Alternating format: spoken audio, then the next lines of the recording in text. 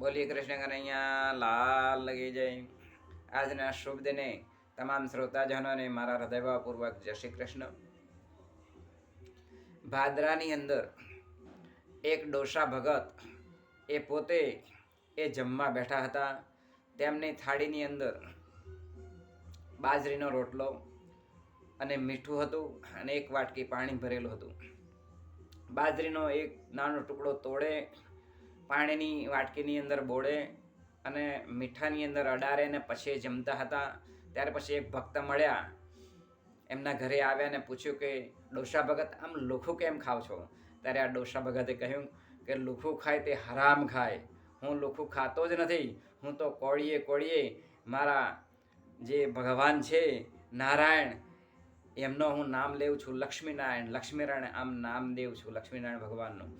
માટે લુખું ખાય તે હરામ ખાય.